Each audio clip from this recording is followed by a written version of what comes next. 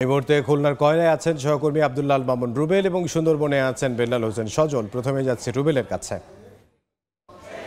রুবেল,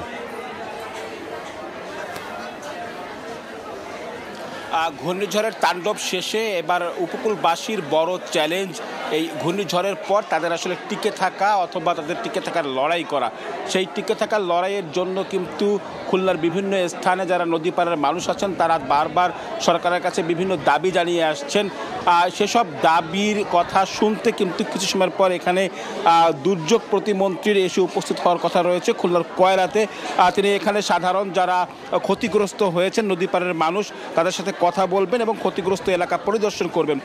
এবং এখানে সাধারণ মানুষের মাঝে যারা গত কয়েকদিন ধরে অনেকেই নির্ঘুম রাত কাটিয়েছেন এবং অনেকেই কোনো খাবার দাবার পাননি, তাদের জন্য ত্রাণের ব্যবস্থা তিনি করেছেন। একটু বলে রাখি, খুলনার কয়রাতে বেশ কিছু জায়গায় অর্থাৎ প্রায় 20টিরও বেশি পয়েন্টে কিন্তু বাঁধ ভেঙে গিয়েছে এবং সে সমস্ত জায়গায় আমরা দেখেছি সাধারণ যারা মানুষ আছেন নদী পাড়ের মানুষ আছেন যাদের বাড়িঘর বিলীন হয়ে গিয়েছে তারা আসলে চেষ্টা করছেন নিজেরা স্বেচ্ছাশ্রম করে এবং পানি উন্নয়ন বোর্ডের সহযোগিতায় ওই বাঁধগুলো পুনরায় মেরামত করার বিভিন্ন স্থান থেকে তারা জিও ব্যাগ এনে ফেলছেন এবং পাশাপাশি তারা কিন্তু মাটি ফেলে সেই জায়গাগুলো পুনরায় শক্ত করার চেষ্টা করছেন।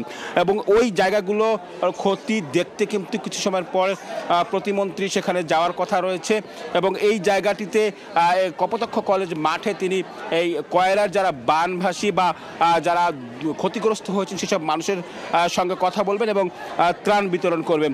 একটু বলে রাখি, কয়রায় শুধু বেড়িবাঁধ ভেঙে মানুষের বাড়িঘর তলিয়ে গেছে তা না, এখানকার মানুষের মূল যে জীবিকা নির্বাহের জায়গা অর্থাৎ চিংড়ি চাষ করেন এখানকার মানুষ, সেই অধিকাংশ চিংড়ি ঘের অর্থাৎ কয়রা উপজেলায় প্রায় 7,000 চিংড়ি ঘের রয়েছে, এর মধ্যে 5,000 চিংড়ি ঘের কিন্তু পুরোপুরি তলিয়ে গিয়েছে।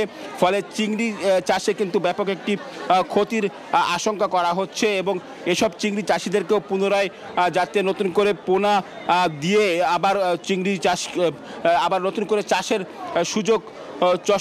সুযোগ করে দিতে পারে সেই জন্য কিন্তু তারা দাবি জানিয়েছেন। পাশাপাশি এখানকার স্থানীয়দের সাথে আমরা কথা বলছি, তারা আজকে এই দুর্যোগ প্রতিমন্ত্রীর কাছে দাবি করবেন যে তারা এরকম আসলে ত্রাণ নয়, তারা স্থায়ী টেকসই বেড়িবাঁধ চান, যেটি তাদের আসলে মূল দাবি, সেটি আসলে এখানে তারা বলার চেষ্টা করবেন। তো আমার কাছে এই ছিল খুলনার কয়রা থেকে ঘূর্ণিঝড় ক্ষতিগ্রস্তদের সবশেষ খবর। আমরা এখন একটু সুন্দরবনে যাব। সুন্দরবনে আছেন আমাদের সহকর্মী বেলাল হোসেন সজল, সেখানকার খবর জানাবেন তিনি।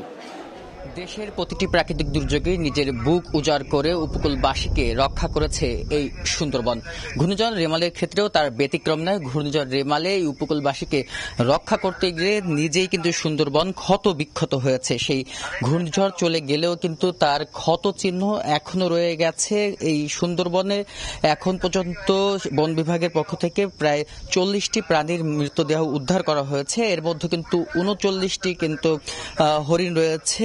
এছাড়া তারা যেটি বলছেন যে এখন পর্যন্ত কিন্তু প্রায় 70টির বেশি যেটি ভেঙে গেছে এবং যে টহল যে রুমগুলো রয়েছে প্রায় 25টি টহল রুম বিধ্বস্ত হয়েছে। এছাড়া এই সুন্দরবনের ভিতর থেকে যে সুপ্রিয় মিষ্টি পানি, যে মিষ্টি পানির আধার পুকুরগুলো প্রায় 80 থেকে 90টি পুকুরই কিন্তু তলিয়ে গেছে। সেই পুকুরগুলো থেকে লবণাক্ত পানি ঢুকে এখন পশু পাখির জন্য যে পানিগুলো ছিল সেই পানিগুলো কিন্তু লবণাক্ত হয়ে গেছে। এছাড়া তার স্থানীয় যেটি এখানকার বন রক্ষক যারা রয়েছেন তারা যেটি বলছেন যে ঘূর্ণিঝড় রেমালের ক্ষেত্রে কিন্তু প্রায় পুকুর থেকে প্রায় 8 থেকে 10 ফুট উচ্চতায় পানি কিন্তু এই সুন্দরবনে ভরে গেছে। এর জন্য কিন্তু বিভিন্ন জায়গায় লবণাক্ততাও কিন্তু ছড়িয়ে গেছে, ফলে কিন্তু সুন্দরী গাছের জন্য একেবারেই ঝুঁকিপূর্ণ। এছাড়া তারা যেটি বলছেন যে সুন্দরবনের যে দুবলা, কচিখালী এবং কটকা সেই এলাকাটা কিন্তু সবচেয়ে বেশি ক্ষতিগ্রস্ত হয়েছে এবং সুন্দরবনের ভিতরে কিন্তু অনেক গাছ সেগুলো কিন্তু ভেঙে পড়ে গেছে। এই যে কাঠের পোলগুলো রয়েছে পর্যটকদের জন্য সেই কাঠের পোলগুলোও কিন্তু ভেঙে গেছে, এছাড়া অস্ত্রও ভেঙে গেছে। আমরা কিন্তু আপনাদেরকে একেবারে সুন্দরবনের গহীনের ভেতরের দৃশ্যটি হয়তো বা দেখাতে পারছি না, ভেতরে কিন্তু নেটওয়ার্ক নেই, কিন্তু বিভিন্ন স্থানে কিন্তু গাছ ভেঙে পড়ে আছে। আমরা যখন সকাল থেকে এসেছি এখানে এসে কিন্তু একেবারে ক্ষত চিহ্নগুলো দেখা গেছে। এই রাস্তার পাশেও কিন্তু আমরা দেখেছি বিভিন্ন গাছ সেগুলো কিন্তু পড়েছিল। আর আপনাদের যদি বলি যে সুন্দরবন যে পশ্চিম বিভাগের দেওয়া তথ্য মতে তারা যেটি বলছেন তাদের প্রায় 2600 500 ফুট কিন্তু রাস্তা ভেঙে গেছে এবং তাদের দুটি ওয়াচ টাওয়ার ভেঙে গেছে এবং 18টি জেটিও ভেঙে গেছে এবং পশ্চিম বিভাগের 14টি পুকুর সেটিও কিন্তু লবণাক্ত পানিতে ভরে গেছে। পশ্চিম বিভাগের দেওয়া তথ্য মতে তাদের ক্ষতি হয়েছে প্রায় 2,61,00,000 টাকা এবং যে টোটাল সুন্দরবনের যারা সুন্দরবনে পূর্ব এবং পশ্চিম বিভাগ মিলে যেটি বলা হচ্ছে যে 26,27,00,000 টাকা প্রাথমিকভাবে এই ক্ষতি বলা হচ্ছে এবং সব মিলে তারা যেটি বলছেন এই মুহূর্তে কিন্তু টোটাল যে সুন্দরবন বাংলাদেশ অংশে 6,017 বর্গ কিলোমিটার, এটি কিন্তু এখনো মানে সম্পূর্ণ জায়গায় কিন্তু তল্লাশি চালানো সম্ভব হয়নি যে কি পরিমাণ পশু পাখি মারা গেছে। তাদের কিন্তু বিভিন্ন টিম এখন কিন্তু পর্যবেক্ষণ করছে যে কি পরিমাণ ক্ষয়ক্ষতি হয়েছে। এই ছিল আমার কাছে সুন্দরবনের করমচাল থেকে সুন্দরবনের ক্ষতিগ্রস্তের সর্বশেষ সংবাদ।